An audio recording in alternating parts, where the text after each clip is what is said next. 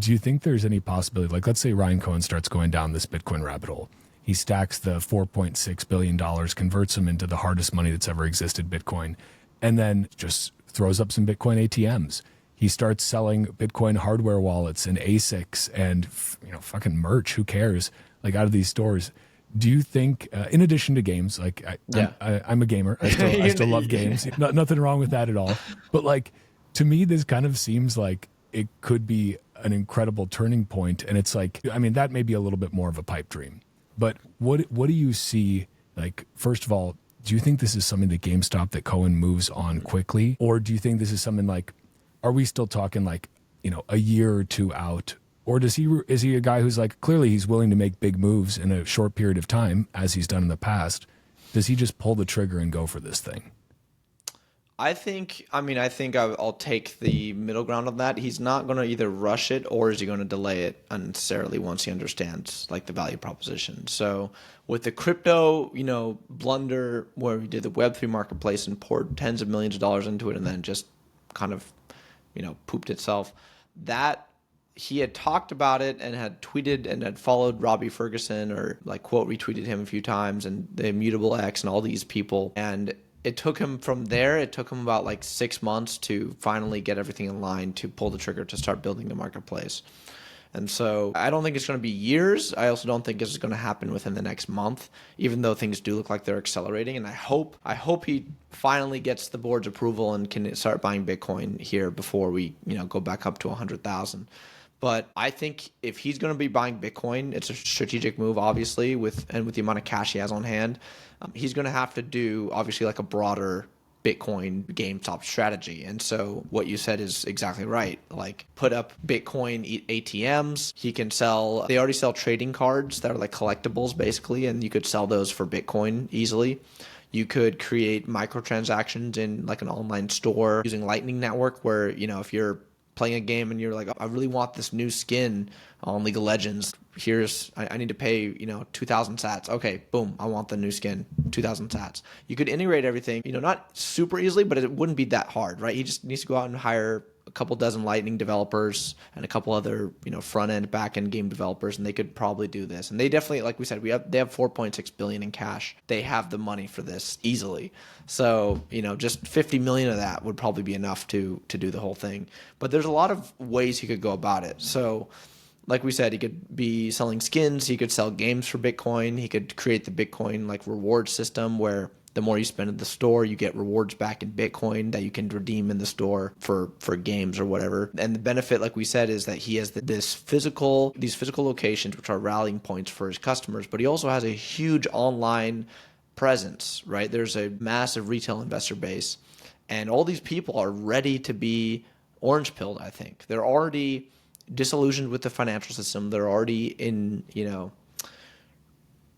consternation or frustration with the way that the stock has been manipulated and the way that their own investments are manipulated, and that their savings are dwindling and inflation's killing them. And a lot of these people I've been arguing with on Twitter because they get like 90% of the problem, but they just haven't made that full leap into Bitcoin yet. They think that Bitcoin plus crypto is the answer, or no crypto is the answer, and they should just stack silver eagles. And I'm like, guys, you're so close. Like, we're almost there. And I think him getting there would unite the, MicroStrategy Bitcoin audience and the GameStop audience, and finally orange pill, millions more people, and provide a strong customer base for him to sell products to, right? For Bitcoin. And so I think that he'll make the move here in, a couple months, probably within a quarter or two, but it's not going to be immediate. I think that especially after he does that, the share price will start to skyrocket, and then that's when his optionality will come in, where he can do a pull Michael Saylor and say, hey, are we going to start just issuing convertibles and buying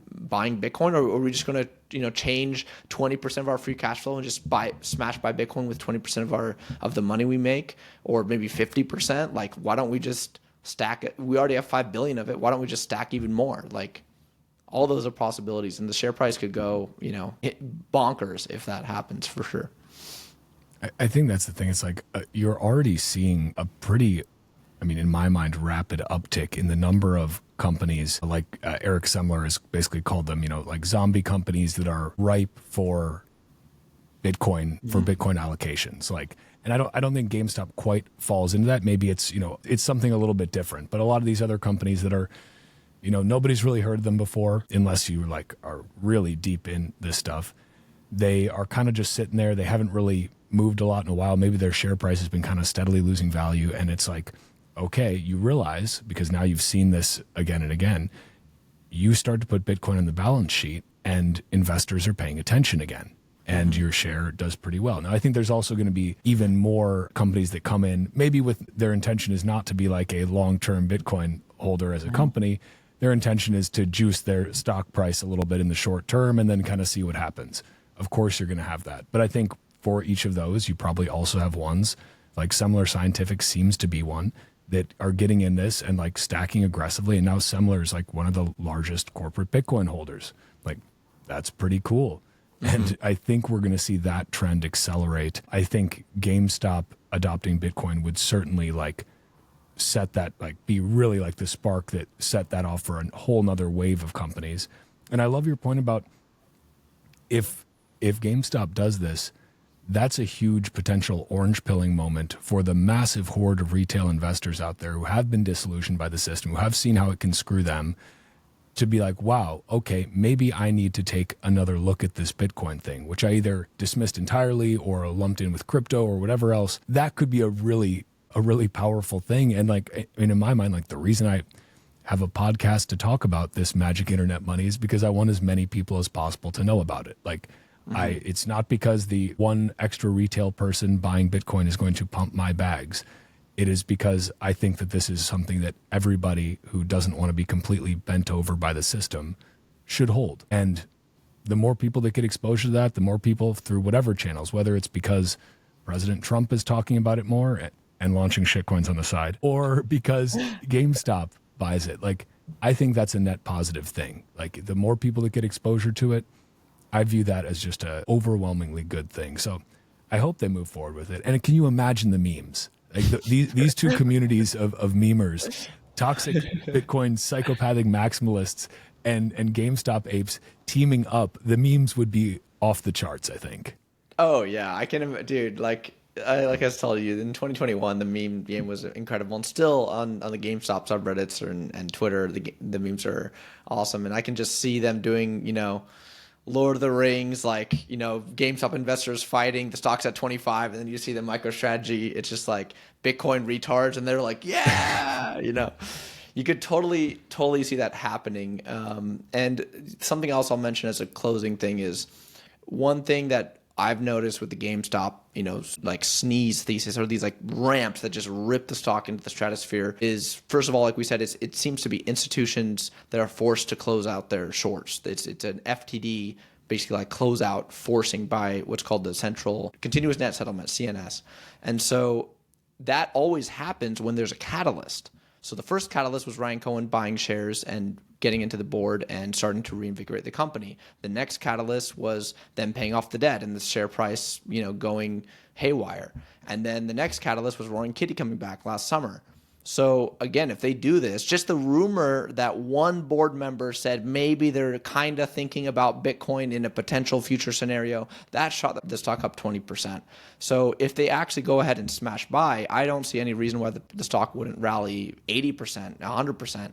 And then again, they can sell into that strength if they want to, or they can issue debt, or they can do, they can sell options, they can do whatever they want and monetize that volatility and then just use it to buy more Bitcoin. And then more and more shorts have to cover. And they're essentially using this negative, the negative feedback loop that had worked against them. Now they can use on their positive to propel their share price higher and increase their Bitcoin stack at the same time. So that's like the genius, I think, of this move. And that's why you also have to plan it carefully, right? Because these are big institutions. They have a lot of lawyers. They have a lot of money. They have a lot of power. They will not like having to force their short positions and then seeing you apishly buy Bitcoin with every share you sell. They're not going to be happy about that. So, yeah. But it would be beautiful. Yeah. It would be quite beautiful to see.